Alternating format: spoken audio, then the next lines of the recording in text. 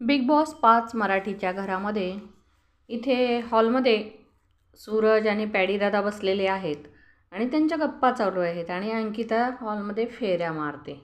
फेऱ्या मारत असताना सूरज त्याच्या गावाकडच्या गप्पा रंगून सांगत असतो, हसू सांगत असतो पॅडीदादांना.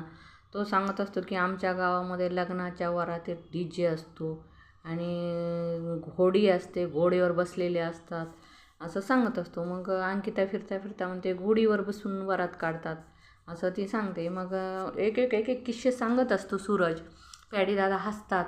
मग एक वेळेस घोडा दोन्ही पाय वर करून पडला आणि एक वेळेस तर एका माणसाच्या अंगावरच पडला, तो माणूस दबला गेला असा सांगतो. मग दुसऱ्या वेळेसचा आणखी एक किस्सा सांगतो. एका वेळेला तो पळूनच गेला, मग नवरदेव दुसरीकडेच सापडला असं सांगतो.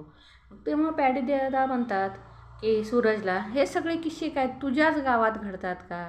तिथंच कसं काय घडतात? असं पॅडीदादा एक विनोदानं सूरजला म्हणतात. तरी सूरज मस्त रंगून पॅडीदादांना गावाकडच्या गप्पा सांगतो.